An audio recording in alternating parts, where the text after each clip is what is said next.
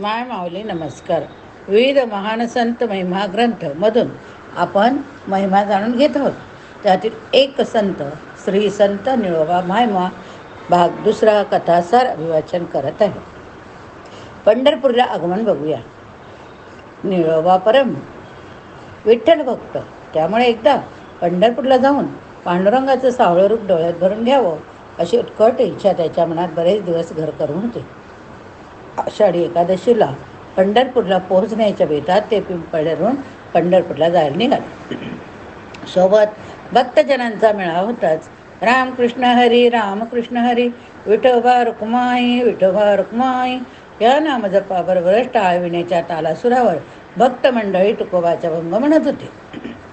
अहमदनगरच्या आसपास असणाऱ्या गावातून पंढरपूरला जाणारी भक्त मंडळी शिरूरून रांजणगाव, सांडस, पारगाव, कडेगाव, सुपे या मार्गाने जात असत. निळोबा मनातून आता खूपच विरक्त झाले होते. त्यामुळे विठ्ठलभक्तीशिवाय अन्य कशातच त्यांना गोडी वाटत नव्हती. त्यातून योगायोग म्हणजे त्यांच्या मेळाव्यात संताजी पवारांचाही मेळावा येऊन मिळाला होता. निळोबासारखा थोर सत्पुरुष, संत पवारासारखा विठ्ठलमय झालेला थोर संत, असे दोन महापुरुष एकत्र आल्यानंतर अवघीच्या भक्तिसुखाला किती भरत आलं असेल याची कल्पनाच केलेली बरी.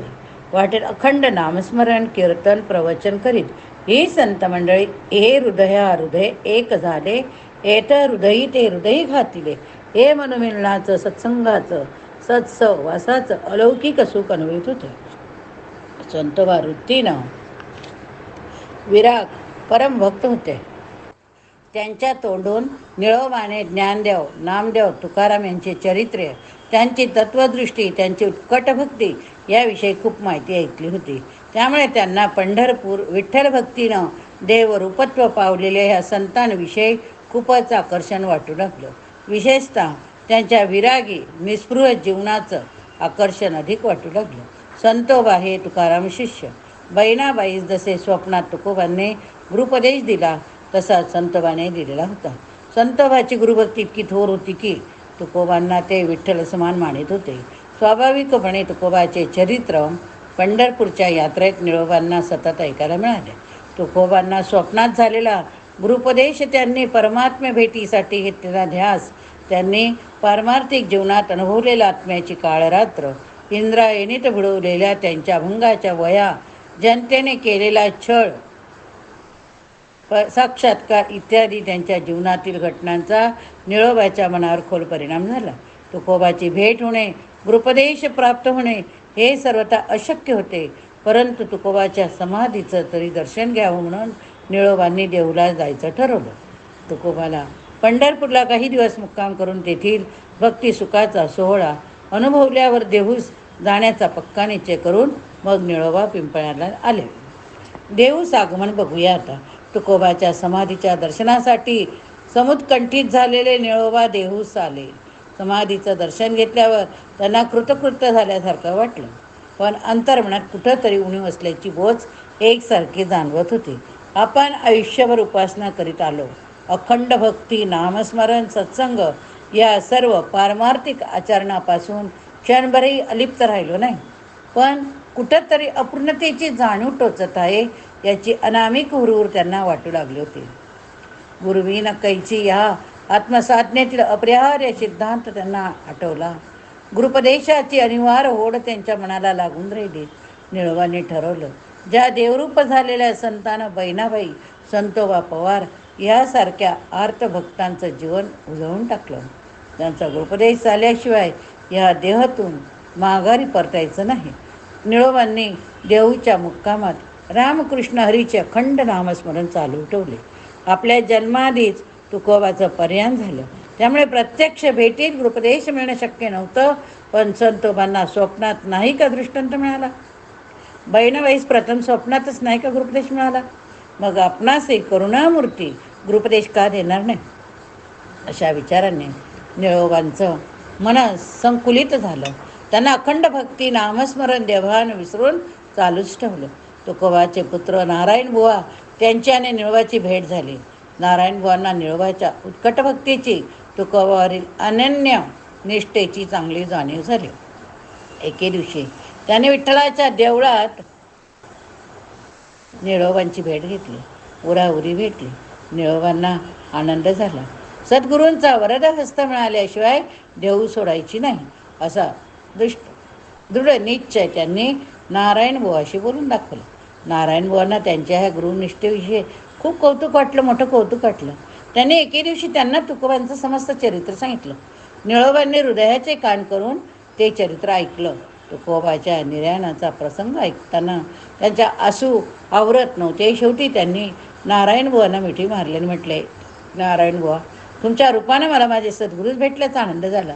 तुमचा कल्पनेतला आनंद लवकरच प्रत्यक्षात येऊ हीच विठ्ठलचरणी प्रार्थना. नारायण बुवा म्हणाले, आता बघू विठोबाचं दर्शन.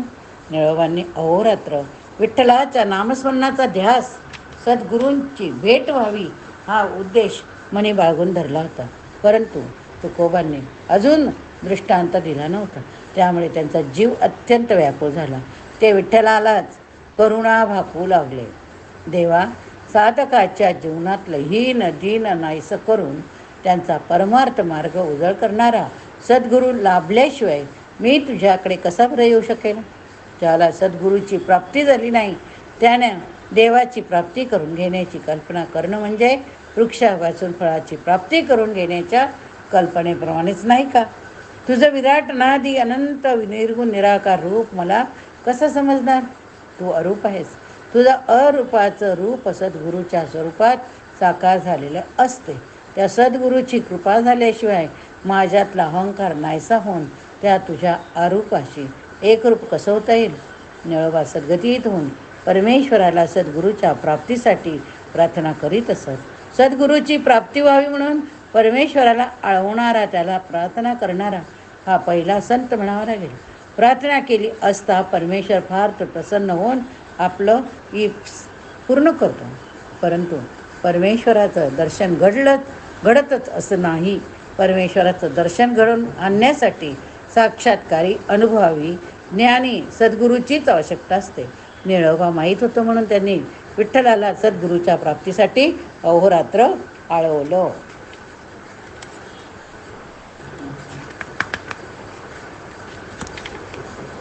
आता बघूया प्रायोपवेशन.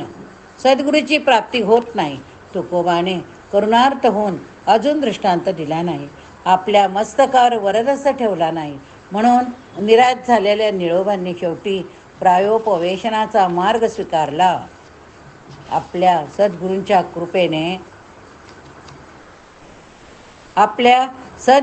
कृपेने प्राप्त होत नाही याचं कारण आपल्यातच काही दोष राहिले आहेत असं त्यांना वाटलं.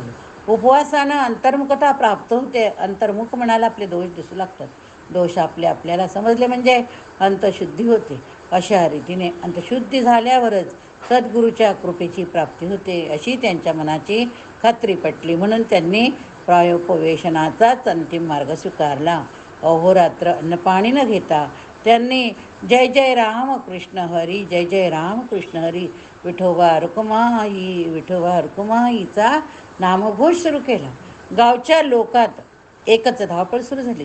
दिवसामागून दिवस जाऊ लागले, परंतु अजून सद्गुरूंनी दृष्टांत दिला नव्हता. निळोबांनी देवाला प्रायोपवेशनाचं साकडं घातलं तरी देवानं सद्गुरूच्या ठाई प्रेरणा निर्माण करू नये याचं निळोबांना वाईट वाटलं.